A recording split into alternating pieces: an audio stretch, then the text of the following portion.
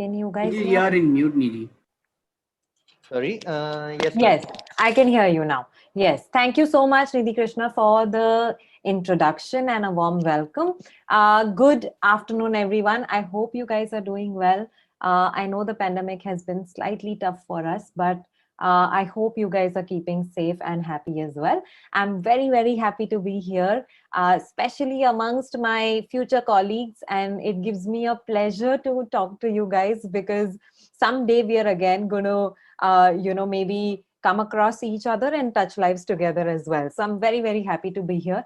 I'm just going to tell you one thing. I'm not going to keep this session serious. I'm going to actually share with you a little bit about my journey and how I got here, how I came across, especially talking about workplace options. Because that is one space where I feel psychologists have a lot of scope. However, not much has been explored so far. I'll also tell you a little bit, or share with you, not even tell you, but share with you a little bit of the challenges that I went through and how I still got out of that and made sure that I could try and make a little mark while I'm sure I'm waiting for you guys to come along and for us to do bigger things together. Okay. A little bit about myself. From how I got to this journey of getting into psychology and mental health. Okay, this was back in about, I think, 2003, where 2003 and 4, somewhere around that. Okay, I came across a textbook, and that's where my journey to get into psychology started.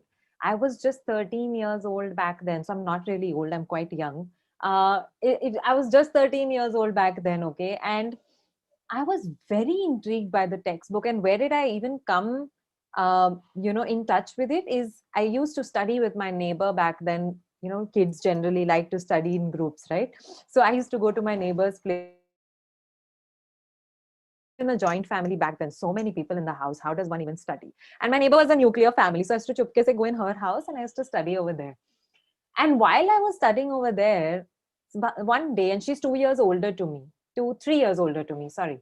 And I was just reading, I was in my eighth grade and I was doing my normal studies for my exams. And then I come across her 11th grade psychology textbook. Psychology, never heard of the word in school, right? You don't really come across it. I mean, you guys are fortunate nowadays, at least you know what is counseling, what is psychology. But I think back then, not so much awareness about it, not so much that, oh, there is something like this that exists. And all I did was just read the first 10 pages. And I was like, whoa, this is something really interesting. I really want to know more about human behavior. Imagine living in a joint family with 20 people in the house and everybody behaving in a different way. You're like, oh, that's going to be smart because I'm now going to understand a lot of more people so much more better.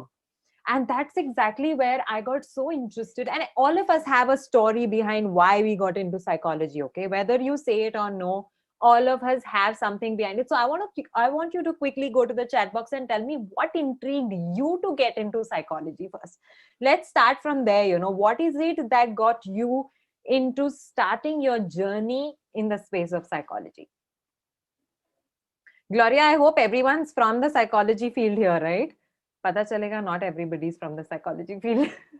Most of them are, but there are people who are not from the psychology background as well, but are psychology enthusiasts. Okay, perfect. Will do.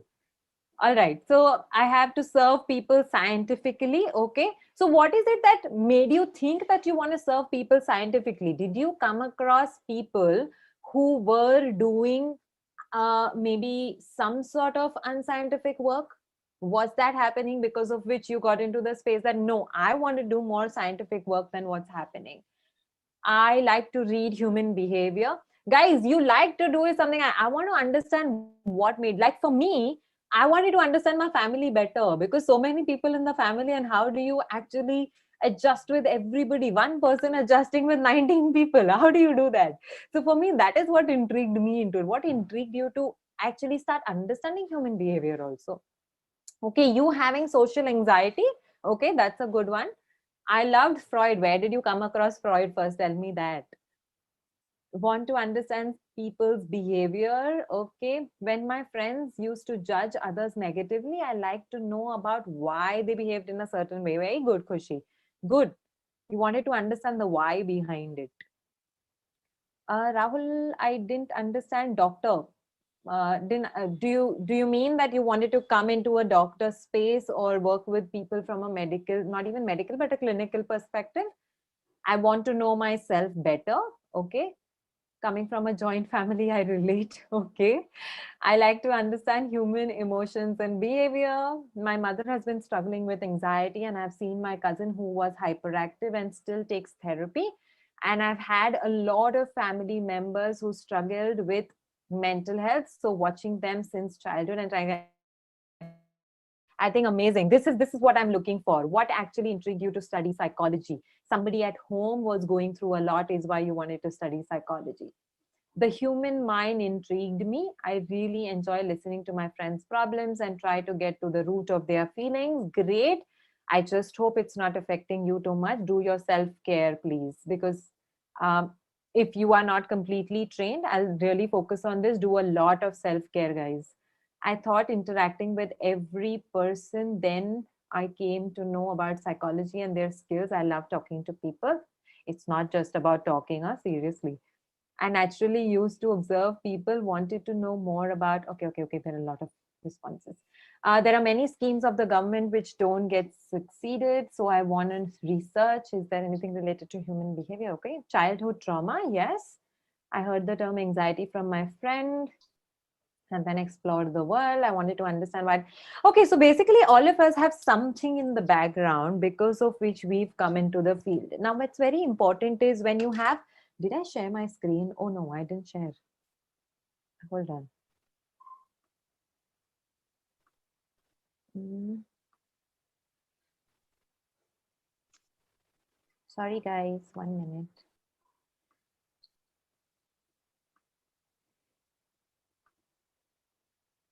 This Saturday is a little hectic. I had been taking a session since morning, uh, 9 o'clock. I finished that at 1:30. I took a break and I'm back here with you guys. Kindly ignore some things. Okay. All right. So yeah, I started my journey when I was 13 years old. And then what's important is that I was telling you that I come from a Marwadi family. Trust me, life wasn't easy. Okay. Now it's very easy, but earlier it wasn't. This was like almost, so I'm completed 30, but so 17 years back I'm talking about. Okay. And if you go to see 15 years, chalo, let's take it 15 years back when I just completed my 10th, getting decent above average grades. You tell your family, I want to do arts. Imagine what the first question comes, right? I am sure you guys know what is coming. Arts क्यों करना है? You're decently good in your subjects ना, अच्छे खासे marks आए ना, 80 marks आया तो you can easily do something else. And हमारे time पे 85, 87 was the highest. आपके time पे maybe 95 and 98 आता है, हमारे time पे 85 के ऊपर जाता नहीं था. So for me, the whole response came across as, why do you want to do this subject? I said, this is what I like and this is what I feel close to and I really want to do it. Regardless, I mean, that time I didn't have so much awareness that it was because I used to live in a joint family and that's why I wanted to do it. It's much later in life that you introspect and you realize that, or when somebody really makes you think, is when you realize why you're doing whatever you're doing. From that time till date, I think I have been probably that one person who's broken so many barriers in my family. And I'll tell you why that happened and the reason why I'm sharing that with you. Because what's important for you to understand that everything starts in the mind first. We often feel that it's our external circumstances that are creating everything, but trust me, it's your mind that creates everything. Okay. To begin with, the resistances that you face. So coming from a Marwadi family with 19 people having to approve that I'm doing something like this, and 19 people having to approve that she's the first girl going into a co-ed college. Now imagine, again, that's not easy. Okay. Because for them, the first question is, why do you need to go to a co-ed college? You can just go to a normal women's college and do it. And I said, no, I want to go to that college which is really good for this, and I don't care if it is a co-ed college. I think somebody has unmuted. I'd request you to please mute. Yeah. So the point was to make sure that I get to do what I really want to do because I was extremely passionate. So now understanding a little bit of what I read, okay? Thank you. I think a little bit of us as psychologists, we need to realize, or the people who are upcoming psychologists, or somebody who's there, first thing is you need to work here of what you want. The moment you are sure of what you want, trust me, all other resistances on the outside will automatically break. Because then your mind is focused in one place. And as I moved forward slowly and gradually, today there's a point when my own family members keep recommending clients to me, and I don't have to do anything. I don't really go about marketing. I've till date never paid a penny for marketing. I share everything on social media, like you guys must have seen. I share everything, but I've never paid a rupee for marketing. The point is, what I'm bringing here is, when you are passionate about something, then you make sure that you give your best to it. And this field is a field where you need to have compassion, passion, focus to be in this field. Okay, if you're doing it just because everybody is doing it, let me please bring this to your notice, then this field is not meant for you. We have a lot of people who are, wanting to become counselors and psychologists. I'm very happy if they really want to become psychologists and counselors, but what's important is the kind of dedication and compassion you need to have to be in this field. You must want to help people and not need to help people because you are now a professional, right? Because we have n number of people who are doing just small certifications, and I'm bringing this to your notice because I don't want you to come forward that way. You are now entering the space, be well equipped. If you're not equipped, what happens is eventually you will face a lot of troubles. Like I said, self-care is very, very essential. And only when a person is well equipped can they help themselves, and then they can help others as well. Trust me, even if I've been in the practice for 9 years today, there are times when I go for a 1 month complete off if I really need it. If I feel like, you know what, I need that break and I've had too much of it, I will take that break very happily and tell my clients, I'm sorry, I'm on a 1 month break for now. And if you give your clients 100% all other times, they're absolutely okay with you taking a break, as long as it's not an SOS situation. Okay. Other than that, you will see that you're the one who drives the whole scenario. And I want to bring this also up. I was having a conversation with a senior psychologist, and one of the psychologists who was amongst your panelists. We both were just having a chat, and we were talking about how it is so important for psychologists to realize their own value. Most often, we don't value ourselves. And because we don't value ourselves, everybody else is also becoming a counselor today. So the first thing that I want you to take back today, okay, whether you take back the rest of the things or no, I want you to take back one thing today for all the ones who are getting qualified to become psychologists. Have some sort of trust, respect, and self-worth first before you enter the field. You're going to be working with people who are going to be much older than you. My first client was a 44-year-old, and I was a 23-year-old, like a child sitting in front of him and wondering, okay, that jittery feeling, what am I supposed to do now? And all I did was I just actively listened. I said, I can at least be a good listener, na? If I don't know what I'm supposed to do in terms of therapy, I can at least be a good listener. At least that's the first skill I've been taught as a therapist. Let me use that one skill to begin with. And that client of mine could sense, okay, that I'm just new into the field. And he asked me just one simple question at the end. He loved the fact that I listened to him. So after he finished speaking everything, he asks me, do you think you'll be able to handle the case? I know that you're qualified and everything, but you're not even married. And it was an extramarital affair concern that the client was coming with. And he's a very well-known corporate person, okay, working with one of the largest MNCs. And he asked me, do you think you will be able to handle it? I said, sir, 2 sessions more, you allow me to help you out.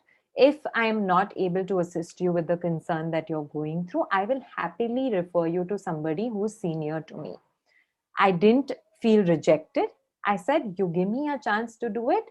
If I am able to cater to it, I will go ahead with. If not, I will be the one who will refer you. You see, I am the professional, so I took the lead. I said either I do it. If I'm not able to do it, I will refer you to somebody else. I didn't say you go find somebody else.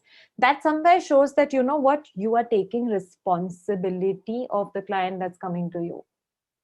A very important skill for a counselor or the therapist is to take responsibility of the seat that you are in. The chair that you're sitting on is a respected place because that person is coming to you for help, knowing that you understand some things better than him or her. And if you don't have that kind of respect and responsibility within you, it's going to be very, very tough for your client to feel the same for you. Right? So first thing that I learned was over there was I had this little thing. I'm not saying that for me it was the easiest way to go. No, it wasn't. It was something that I also learned when I sat in front of him. On the spot, I had this thought that, you know what, wait, what do I do in this situation now? And then I just said this. I didn't realize at that time that it was me taking responsibility. Okay. It was clearly me just saying something that came to my mind.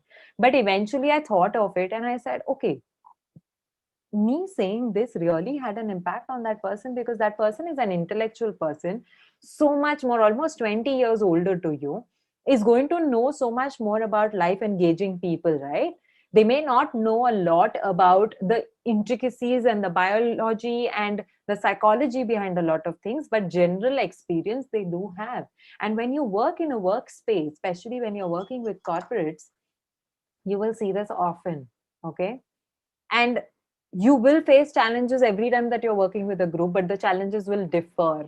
And every time that you go in that space, you will see that you learn something new because we have not been trained as such as people to work in a corporate organization. Of course, industrial psychologists have been trained to work that way, but again, they are not trained to completely counsel and do therapy for people, right? So at the same time, you have to understand that if you as a counselor are working with people in the corporate organization, you have to be able to understand in between the lines what is happening, what is really going on within the dynamics of the group. And as you keep understanding that, you will also understand a lot of those dynamics play within our own circles around us also. They're just the nature that differs everywhere. So here you'll understand a lot of skills that you need to build as a person. Okay. Now what's important is like I said earlier, your focus and passion. They're the two drivers of becoming a good professional. And why I'm bringing this in here is when I started my journey in my 11th and 12th, and I really, really thank my professor in my 12th grade. If any of you, no, most of you are from this college, but if any of you have ever known June Mendes, I think she's one of my first mentors in the space of psychology. And I really give her gratitude every now and then, saying that, you know, it was only because of you that I actually moved forward into this subject so much. While I knew I wanted to do it, but if I didn't have a really good mentor to begin with in my 11th and 12th, probably I would have not really enjoyed it so much. How many of you feel that you have really good mentors?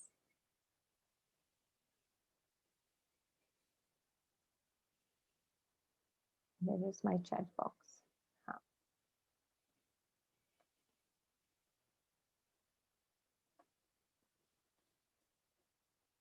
June ma'am is my mentor and she's amazing. Yes, she is.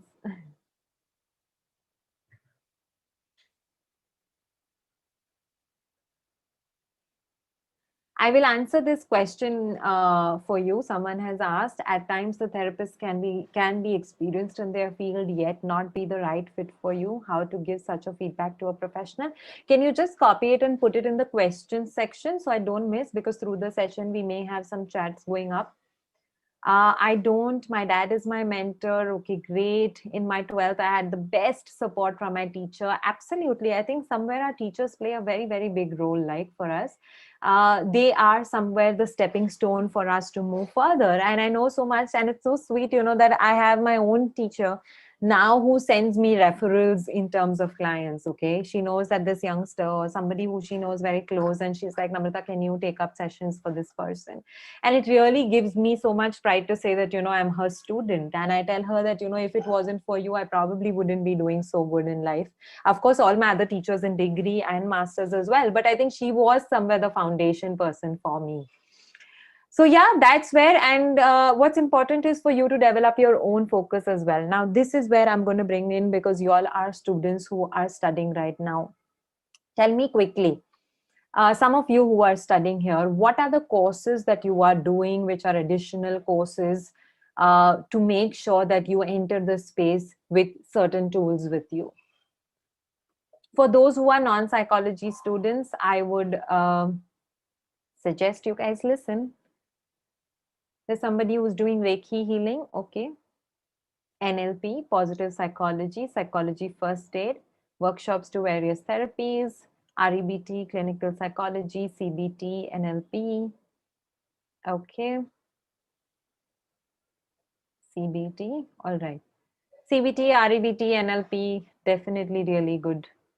Some basics of neuroscience to understand the basics of the mind better, yeah. Internships in psychology, mental first aid, attending webinars. Okay, great. I think you guys are a great audience who's constantly doing something. So I'm really happy about that. So yes, gain some professional experience while you guys are studying. It's very important for you guys to keep doing something. Why? I'll tell you. When you move out, remember that there are another 100 people who are graduating with you. We are in need of thousands, but we still have certain hundreds who come out and who really, really practice. But when you come out, I want you to be equipped enough to be able to cater to what you are really wanting to do. Whether you're working with children, whether you like to work with youth, whether you like to work with adults, whether you like to work with corporates, whether you like to work with NGOs, whatever your liking is, experiment that from now. Don't wait that I'll finish my master's and then I'll do it. You have your all other fun side of life, but along with that, try and gain some experience to understand what exactly can you do. Okay, and what is the kind of population you like to work with, because you know, people work with all areas, and I can tell you I work with only a certain kind of population. My company, of course, we work with all populations, but I would work majorly with adults and sometimes with youth, which also youth I ventured into recently in the last 2 years, because I realized that youth also connects with me a lot and I can make a difference to their lives. And that's where I said I think the youth needs some sort of training as well. But majorly I worked with our adults, and I experimented this right in the beginning, where I did an 8 months school part-time work, and I realized that children is not my cup of tea. I said I have immense amount of patience, but still I think for children there's a different kind of creativity, there's a different kind of patience that's required, and I think me being out of that space would make more sense. I'd rather give it to somebody who's extremely passionate towards children, right? So you have to know what are you really, really liking and must go ahead with that area. Challenges are going to come your way. You just got to make sure that you are ready to understand, and like I said, you have to work through these challenges first in your mind and then be able to focus. So tell me some of your challenges currently that you're facing. So all you guys who are here, what is that one challenge that you're facing and you're not being able to understand, how do I get through this? Anybody here, any challenges? Not finding good internships, okay, lack of opportunities, communication, okay, studying online, not knowing reliable internships, yes. Yeah, I know this, the space of internships is very challenging in our space, because most often it's about being confidential. So I also have this where, you know, just for a month I allow a counselor to sit with me, and then I do not allow them to sit with me as well. They have to do their rest of the training otherwise, because confidentiality is something that we need to maintain. Not able to find good college, too much theory in studies, no practical exposure. I can understand these challenges. I so relate to this. We know what we do like, but we but do we get into this whole experience? But how do we get into this whole experience? What is the experience you're talking about, Abhishta? What is it that you want to experience? To know what I want, okay. I am not able to decide a good college for BA, and I don't know if I should move to another city or a state, okay. Finding suitable field in psychology. So I think these are a lot of questions actually. I will come back to this. I'll keep this slot for me to answer. I'll actually put most of my time to answer your questions, okay? So let me quickly complete what I wanted to put forward. Now, coming to corporates, okay, I'm going to talk more about workplace scenarios. When it comes to you working, now there are different places that you can work. I'll talk about corporates majorly, but I'm going to talk also beyond that. If you're working with children, you have schools, you have NGOs, you have a lot of centers that are working in there. So you can work with any of these when it comes to children, okay? And now I am working with another colleague of mine where we are building a mental health curriculum for children. So from the age of um, 7 years old, say 6 years old, I think from grade 1 till grade 10, we are building a mental health curriculum for children. Very soon it's going to be coming to schools. So definitely one more space that's opening up for psychologists in future where they might be required to execute a lot of these programs, because we all know that in India mental health has now come up as a field. I think the pandemic has highlighted it a lot more, and thus we are able to provide a certain amount of service now. Initially, of course, it was just about schools, and it was maximum about a few centers which some of our seniors had. But now it is also coming in with a lot of more opportunities. When it comes to the youth, of course, we have colleges. We also have a lot to do with youth programs. I have a lot of professionals who I know from Delhi, from Mumbai, who are conducting internship programs. Uh, in the space of psychology, unfortunately, internship programs are very different. Like what I'm seeing in the market, I don't know whether they're right and wrong, and I'm not going to comment on them. But there are these programs which are being run as internship programs where you pay for it, and then there is a facilitator who's a psychologist or maybe a psychiatrist and some. No, most often it's a psychologist actually, who kind of trains you on how would it happen, so make you do more of a role play. I think that is also helpful if you get a chance to do, because it's only through plays that you can really understand how do you practically do this. Because most often the therapist will not allow you to sit in person to do therapy, and I personally also don't allow. So it's very few cases where once in a while I allow somebody to sit, because I stay in Bandra and most of my clientele is, I need to keep them really confidential. They don't like to do it.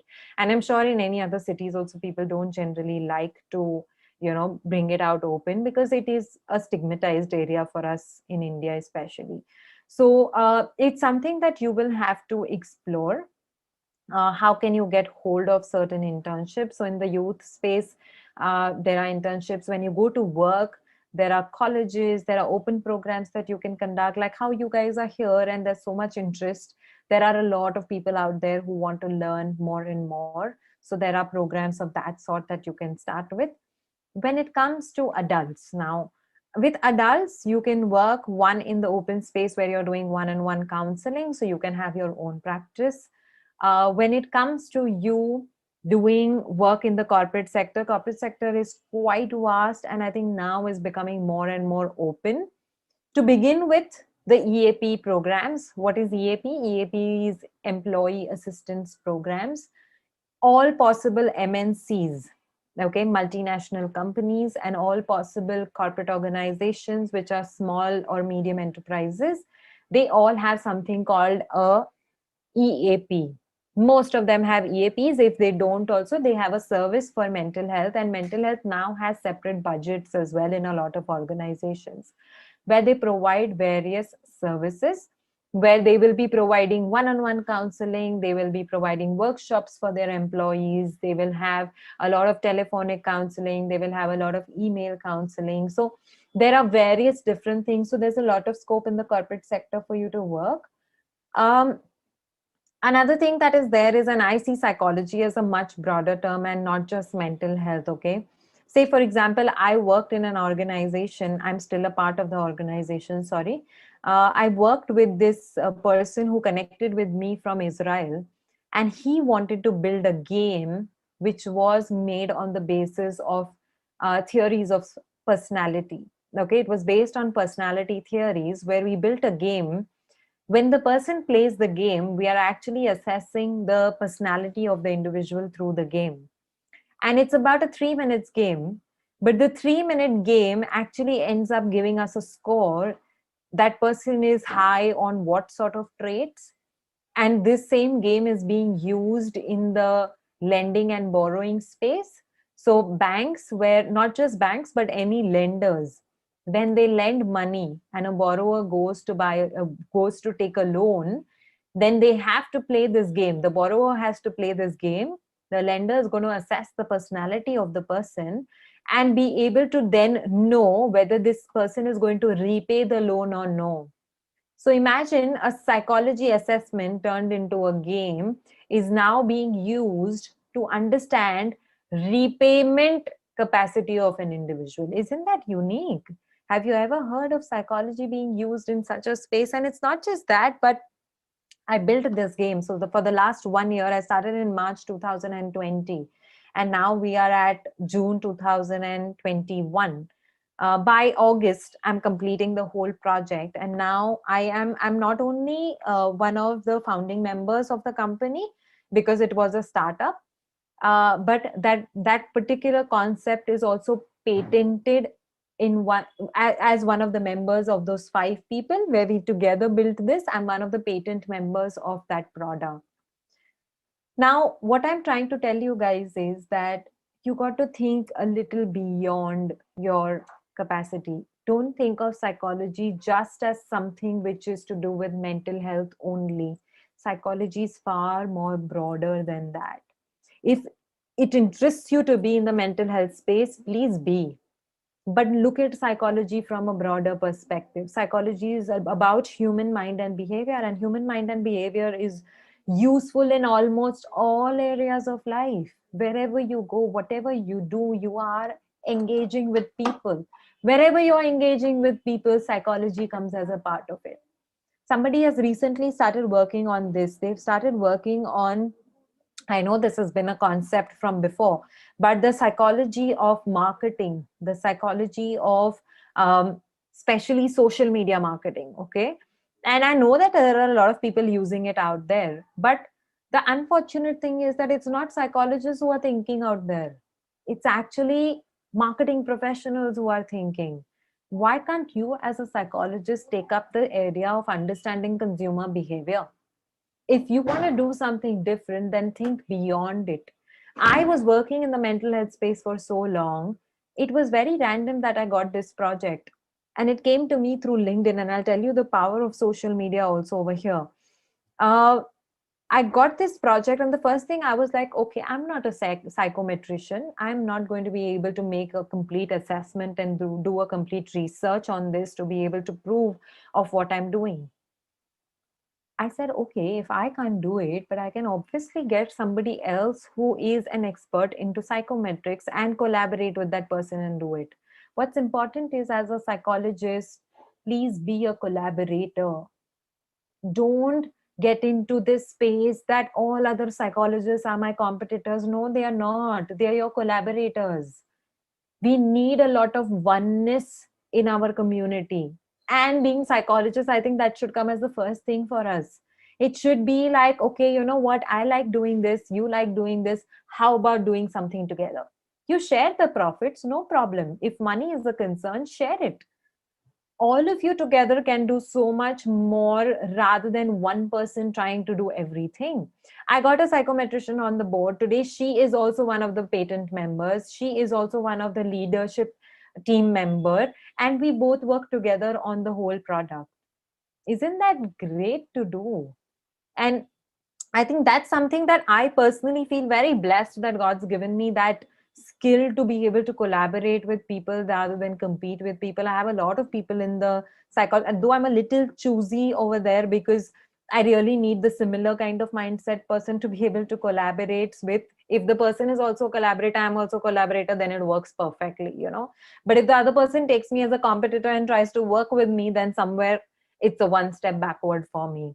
But what's important to understand is that if you bring forward a collaborative perspective, after some time, even somebody who is trying to see you as a competitor will become a collaborator. Because, like I said, everything starts here.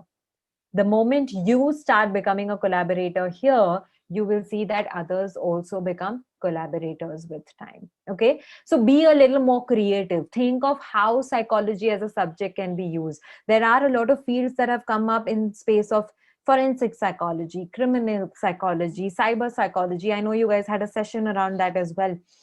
All of these areas are upcoming now. Why don't you explore some of the new areas as well?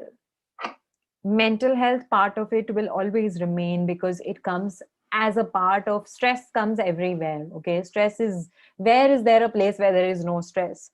Till it's a certain amount of stress and healthy stress, there's no problem. But sometime or the other, and the way the world is moving right now, somewhere or the other, it is going to come a situation where you'll meet people who are feeling extremely stressed and you will help them cope with it, right? But think of psychology as a much bigger umbrella term. Now, I was also talking to you guys about the power of social media. I know that as a youngster, you guys use social media. Tell me how many of you, and tell me the truth, okay? How many of you use social media just before going to bed? How many of you scroll Instagram, Facebook 30 minutes before going to bed? Or how many of you sleep with your Instagram and phone is on the side and you go to sleep? Somebody's replying guilty.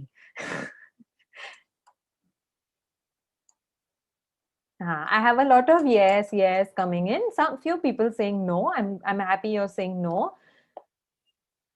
My dear students or my dear colleagues, you're going to be a psychologist. First, you need to understand what are the people who built social media and why have they built it. Now, as a psychology student, okay, put your psychology hat on and tell me, why did they start social media?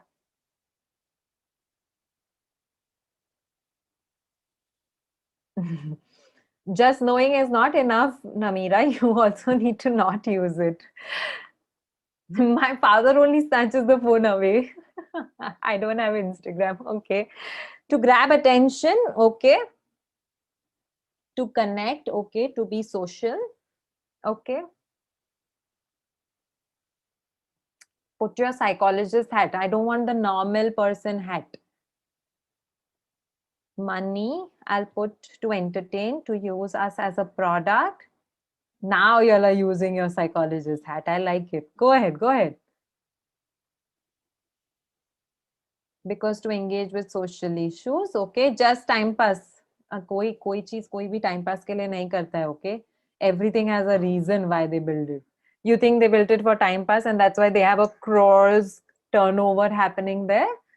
Marketing purposes, kind of marketing to manipulate us into buying stuff.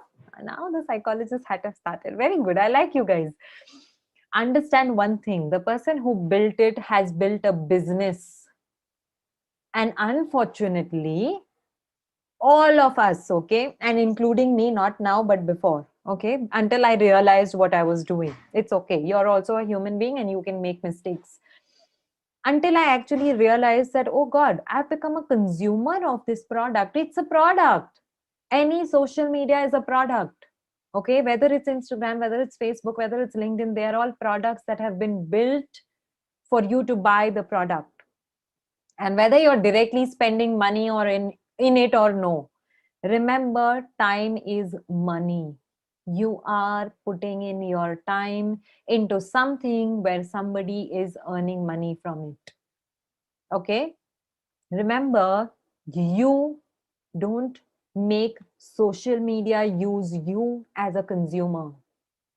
Okay, how about flipping the side? Now what will you do if I ask you to flip the side and I tell you, you got to be using this product for your benefit, what will you do now?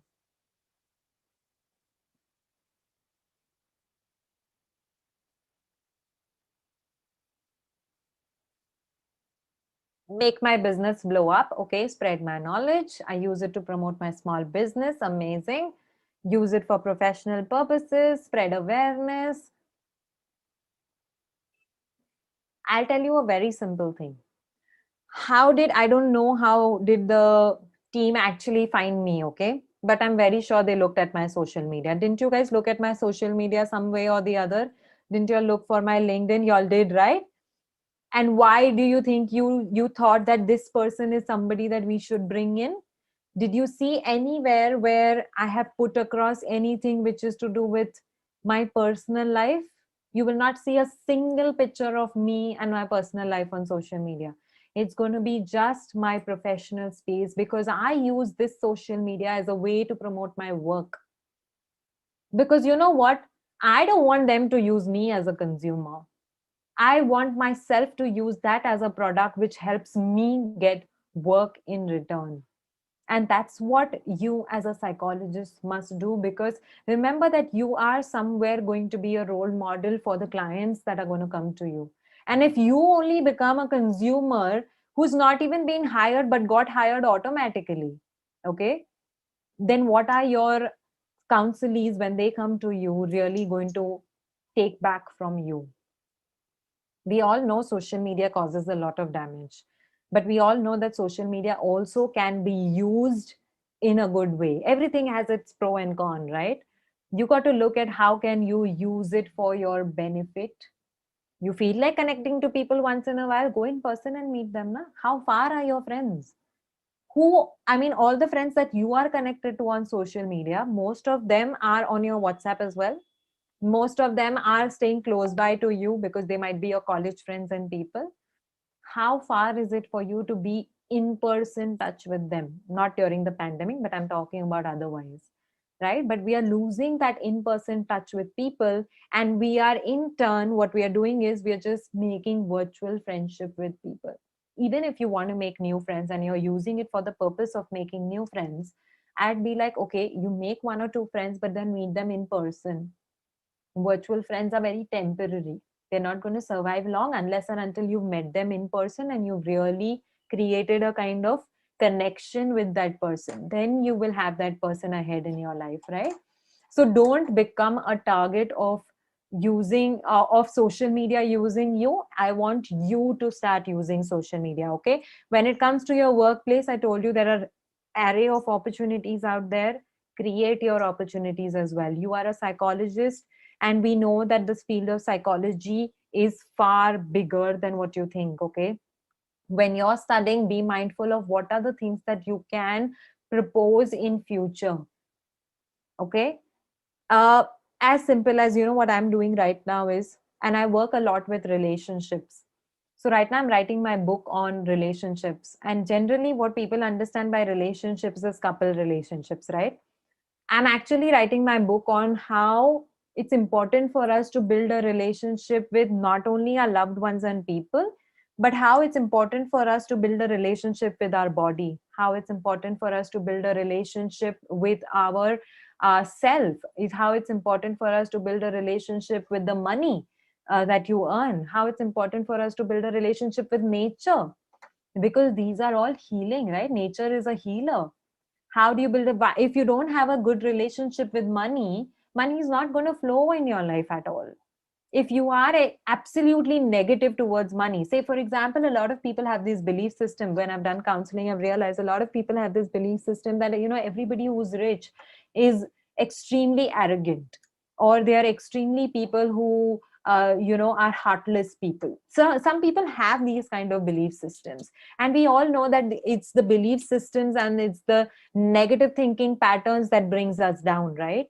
So us even working on small things like these. So I thought of, you know what, everybody thinks of relationships, matlab couple relationships. There's nothing beyond that that people think.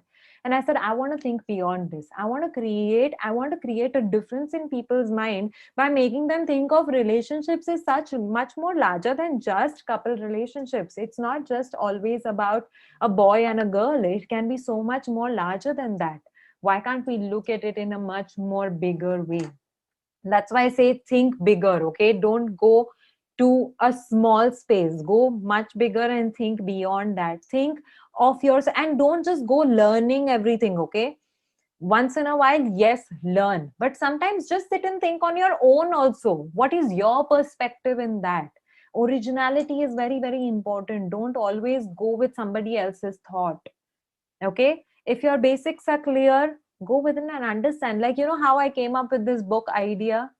This whole pandemic has started in March, and you can see I have a window out here behind me, and there are a couple of trees here in the lane, where on this side I can see.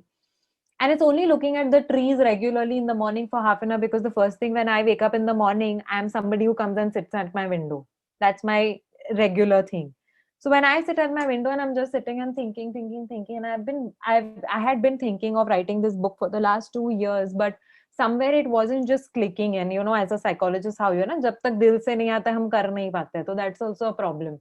So I was just thinking, and then while I'm just looking at the tree, one day I had this eureka moment. I said, oh my God, there is such a big thing that I can be writing on, and I'm actually still wondering what I should write on. And from that day, I started, and today I'm on my 4th chapter now. And I think in the next 2 months or 3 months, we'll be done with all the chapters. The point that I'm saying is that you got to think on your own. Sometimes be with yourself. That's extremely important, because otherwise you're just picking up information from different places and you're not letting yourself bloom as an individual. Okay, you learn, your foundation should be extremely strong, but after that, as you grow in the field, try and see how you can create your own niche, how you can come up with your own space while you're ethical, you're maintaining your confidentiality in places, but still being able to create some kind of awareness at a much larger perspective. Okay, so that's about it from my side. Thank you so much, guys. I'm going to quickly go to the chat box now. Your questions is what I'd love to answer. Scope of clinical psychology in India. Was that a question for me? Is there any team member here? Or was that an earlier question? That was an earlier question, ma'am. Okay. I'll read up the questions for you. Sure. Ishita says, at times therapist can be experienced in their field yet not be right fit for you. Yeah. How to give such a feedback to a professional? Okay, perfect. Remember that it's important, and definitely it's something that you choose. You choose your therapist. Okay, your therapist doesn't choose you. You choose your therapist. Now, what's important is if you go to a therapist and you feel that, you know what, you don't feel aligned with your therapist. I think if that person is a genuine therapist, if you just directly tell them that, you know, ma'am, you're amazing with what you do. Now, always remember first to give them decent, positive feedback. Okay. You give them a feedback saying, ma'am, I really appreciate what you're doing and what's going on. However, I feel a little disconnected with some areas, and I would really like to maybe explore something more and come back to you. If it's a genuine therapist, trust me, they will not mind at all. Okay, because you're being honest, because you're saying that, you know what, us doing this is somewhere, you know, not helping me, not helping you as a therapist, and thus I would really prefer if I can explore somebody else and come back. So I think that really, really works. All right. Remember, if sorry, I'm coming back to this. Remember that if you can't be direct to a therapist, then who can you be direct with? Yeah, at least therapist is one person who's supposed to understand easily and who's not supposed to mind that. So you can be very honest, but just make sure that you appreciate whatever the person is doing first, and then tell them whatever you're feeling. Yeah. Right. Okay. So Devashish Sharma asks, if anyone wants to have an internship with foreign people, how can we apply for that? Is that a possibility? With foreign people? I am not sure. Actually, never explored that area. But the thing is that they have different licensing, uh, and I'm not very sure if they allow interns either. I think the best place where you can explore this is go on LinkedIn. I think LinkedIn is, and I forgot to mention this. Sorry, LinkedIn is a fabulous place. I think I have so far been so fortunate with the way I've gotten work from LinkedIn. The kind of people who approach me from LinkedIn a lot of times, I think it's really, really good. So maybe you could try asking one or two people. You definitely cannot practice anywhere outside India, because licensing is different in every country. Not anywhere, but a lot of places outside India you can't practice because of licensing concerns. I think a few places in Asia you can. But however, you will have to really check on the legalities. All right. Sarasi asks, do you think IO psychology has scope in India? Is it more here or abroad? What is the Mhm. future of this field of psychology? Yeah. I think a very interesting question. IO is coming up quite a lot. And I think it's only going to get better. Okay. So definitely at this moment, it may not be the best, but we are opening up. And I think even corporates are really opening up to this much, much more than before. So scope, if you're asking me, there's definitely a lot of scope. If I if I can tell you, when I started corporates, in corporates, I don't think mental health even existed. But all I knew is that scope of mental health is always going to be more and more. And I didn't even think I would get into corporates and do a lot of work there, but it just came as an opportunity to me. And I have been one person, and I'll tell you this, and I'm very proud of myself in this space. I don't know, I thank my mother or my stars. I don't know what to thank, but I really thank them that whenever an opportunity comes in, I grab it. I don't wait. I don't think, no, I will do it later. There's an opportunity, I grab it. I'm very quick in terms of action. Okay. And that is probably what has allowed me to take so much more in so many years rather than going in a slow pace. So you have to really, when an opportunity comes in, don't wait, just grab it. If you have a mentor with you, great, ask them and grab it quickly. But if you don't have a mentor, also sometimes use your own logical sense. There's not going to be any loss because you're in a learning stage right now, right? But you not grabbing any opportunity is definitely going to be a loss for you. Yeah. All right. So Isha and Muskan have a similar question. Okay. They have interest in IO psychology as well as counseling. So which Hmm. is better, and how do you sort of realize which suits you better? Hmm. Listen, ये ऐसे challenging questions मन तो कौन सा better है और कौन सा नहीं है, because that is something that is very challenging. It really depends on you as a person. But I'll tell you what.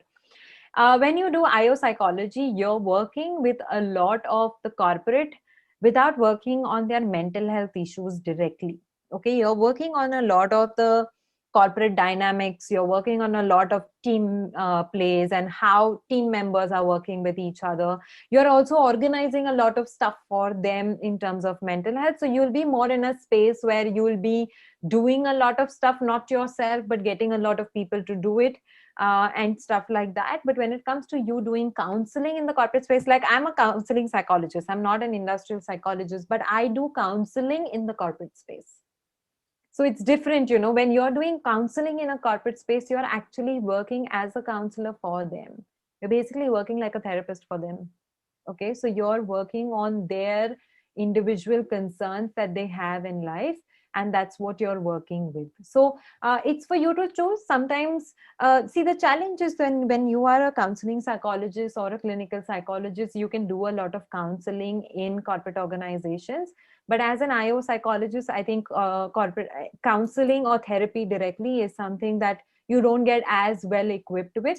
So it's for you to choose. If you are a very sensitive person and you find it very, very difficult to work with people when they are breaking down, then I suggest you go for IO psychology. You'll be in the space of psychology, but you won't be dealing with people's issues directly.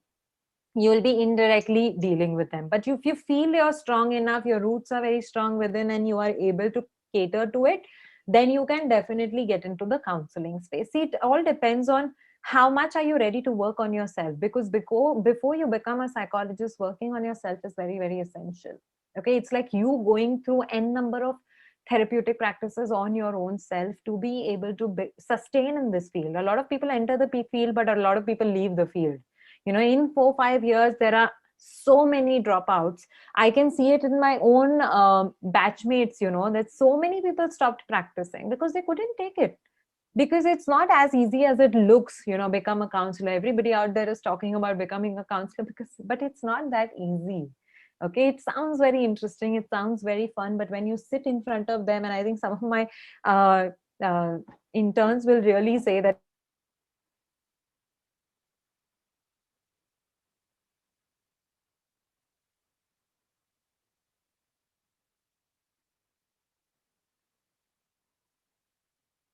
I think there's some network issue from Namrata ma'am's side.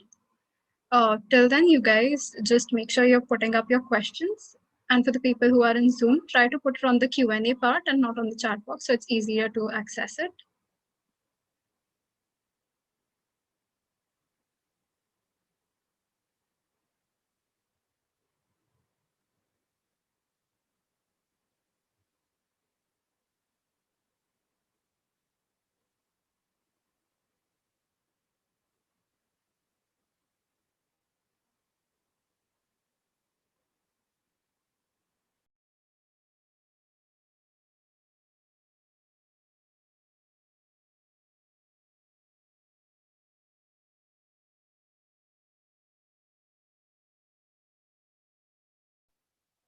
so sorry. Hello. Are you here, ma'am? Hello. Hello, can you hear us, ma'am? Yeah. I'm so sorry, I think I got disconnected. No issues, ma'am. Can you all see me? Yes. Yeah. Okay. All right. Sorry. I think that technology, right? Yeah. So, what was I saying? Yeah, I was saying that it took me about 5 years to come back and, understand as to what is really happening and what I need to change in myself, or do a certain amount of self-help for me to then feel better. Mm-hmm. Gloria, is the network okay, or is it fluctuating? It is fluctuating. Okay, Your screen is getting frozen. Yeah. Let me try and change my network. So since we are running short of time, there's just one more question that I'll ask. Is Akansha Bajpai asks, can an introvert become a good mental health influencer? And another question similar to it was, how can you brush up on your communication skills?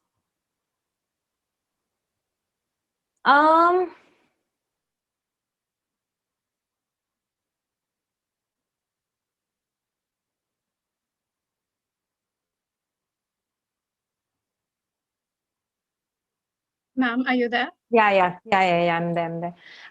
See, if you want to become an influencer, okay, I can tell you that I am partially an introvert and partially an extrovert. But did you feel throughout the session whether I'm an introvert or an extrovert? What did you think?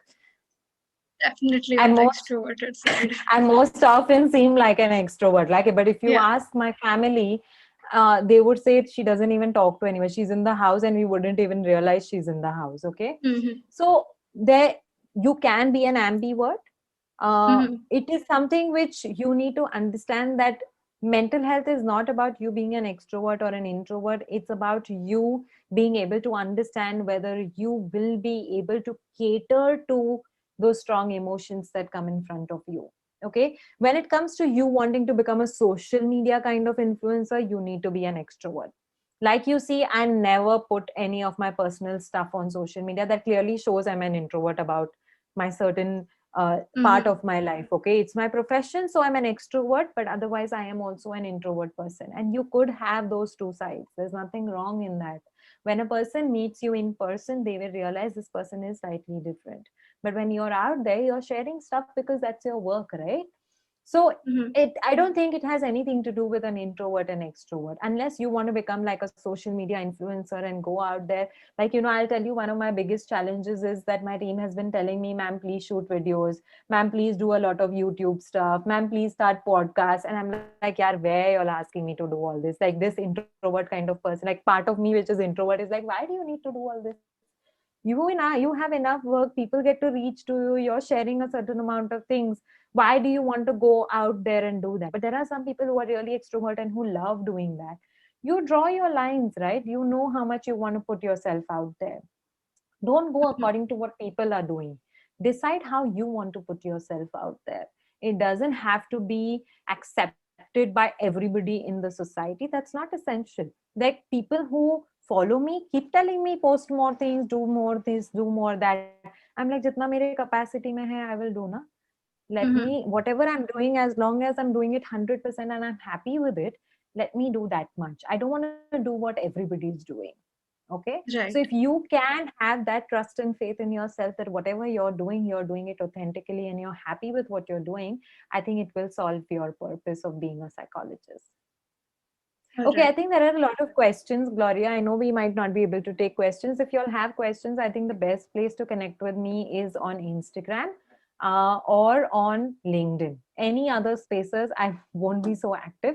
So, either of these two spaces, if you all want to message me whenever I am free, I'll definitely answer all your questions. Thank you so much.